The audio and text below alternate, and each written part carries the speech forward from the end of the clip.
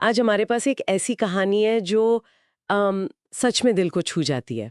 हम बात कर रहे हैं विल्मा रुडोल्फ की, और हमारे पास है उनका सफरनामा, विल्मा रुडोल्फ पोलियो से पोडियम तक। ये सिर्फ एक एथलीट की कहानी नहीं है, ये तो उम्मीद की कहानी है, मुश्किलों से लड़कर जीतने की। तो कहानी शुरू होती है काफी मुश्किल हालातों से। जैसा कि हमने पढ़ा, विल्मा का जन्म बहुत गरीबी में हुआ, ऊपर से वो दौर था नस्लीय अलगाव का, और जन्म के समय वजन भी मुश्किल से 2 किलो।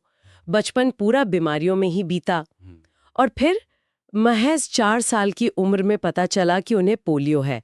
डॉक्टर का कहना था बिल्कुल साफ शब्दों में, ये बच्ची फिर कभी अपने पैरों पर खड़ी नहीं हो पाएगी। जरा सोचिए, ये सुनना किसी भी माँ बाप के लिए कैसा रहा होगा। हाँ, बिल्कुल। और स्रोत में इसी निराशा का जिक्र है। ये सिर्फ एक मेडिकल बात नहीं थी। उस जमाने के हिसाब से ये एक तरह का भविष्य पर ताला लगने जैसा था। खासकर विल्मा जैसे सामाजिक और आर्थिक पृष्ठभूमि से आने वाले बच्चे के लिए तो उम्मीद रखना ही बहुत मुश्किल था। सही बात है। पोलियो की वजह से उनकी बाईं टांग कमजोर हो गई थी, मुड़ गई थी। उन्हें चलने के लिए ब्रेस पहनना पड़ता था। लेकिन यहाँ कहानी थोड़ी बदलती है। उनकी माँ, उनका विश्वास गजब का था। कहानी बताती है कि वो रोज दिन में 4 बार विल्मा की टांग की मालिश करती थीं। और सिर्फ इतना ही नहीं, वो लगातार उनके मन में ये बात डालती थीं, डॉक्टर सब नहीं जानते, तुम चल सकती हो, बस तुम्हें मानना होगा। हाँ, और ये जो मालिश और बातें थी ना, ये सिर्फ शारीरिक कसरत नहीं थी। ये विल्मा के लिए एक तरह का मानसिक सहारा था। रोज की वो उम्मीद भरी बातें वो उस बाहरी निराशा को काट रही थी।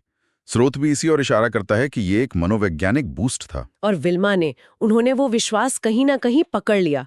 गिरी होंगी, बहुत बार गिरी होंगी, रोई भी होंगी, लेकिन कोशिश करती रहीं। वो छोटे छोटे कदम, दीवारों के सहारे शायद। और फिर वो दिन आया जब उन्होंने ब्रेस के बिना पहला कदम रखा। ओह, वो पल कैसा रहा होगा। बिल्कुल।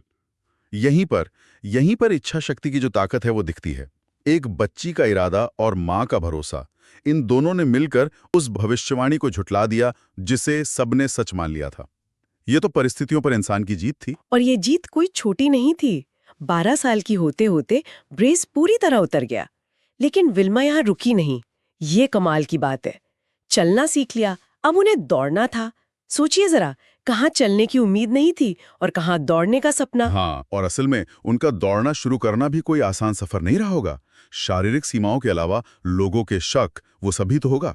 अरे ये कैसे दौड़ेगी, इस तरह की बातें। लेकिन उनके अंदर एक अलग ही धुन थी। और वो धुन उन्हें ले गई सिर्फ 16 साल की उम्र में अमेरिकी ओलंपिक टीम तक।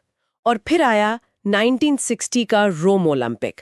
वहां जो हुआ उसने पूरी दुनिया को हैरान कर दिया। सच में, वो लड़की जिसके चलने पर सवाल थे कभी, वो ट्रैक पर जैसे उड़ रही थी। 1 नहीं, 2 नहीं, बल्कि 3 गोल्ड मेडल जीते उन्होंने। 100 मीटर, 200 मीटर और 4x100 मीटर रिले। वो बन गई उस वक्त दुनिया की सबसे तेज महिला। अविश्वसनीय। बिल्कुल अविश्वसनीय। और ये सिर्फ मेडल नहीं थे। स्रोत इसे मानवीय जज्बे की, उसकी पराकाष्ठा के तौर पर देखता है। ये दिखाता है कि हमारी अंदरूनी ताकत, हमारा जो इरादा है, वो बाहरी मुश्किलों से कहीं ज्यादा मजबूत हो सकता है। रोम की वो जीत सालों के दर्द, मेहनत और उस भरोसे का नतीजा थी। विल्मा ने खुद भी कहा था, जैसा स्रोत में है, संघर्ष के बिना जीत नहीं मिलती। उनकी कहानी सिर्फ कामयाबी की नहीं है, बल्कि उस रास्ते की है, उस संघर्ष की कहानी है। सही कहा। स्रोत भी यही कहता है कि मुश्किलें हमें बनाती हैं, हमारा सामना करने का तरीका हमें परिभाषित करता है। विल्मा की कहानी हर उस इंसान के लिए एक प्रेरणा है जो अपनी जिंदगी में किसी न किसी चुनौती से गुजर रहा है। ये याद दिलाती है कि सीमाएं कई बार हकीकत से ज्यादा हमारे दिमाग में होती हैं। तो यहाँ एक सवाल आता है मन में, क्या असली ताकत सिर्फ मुश्किलों को पार करने में है, या फिर उन मुश्किलों से जूझते हुए अपने अंदर की उस काबिलियत को पहचानने में है, जिसके बारे में शायद हमें पहले पता ही नहीं था। सोचने वाली बात है।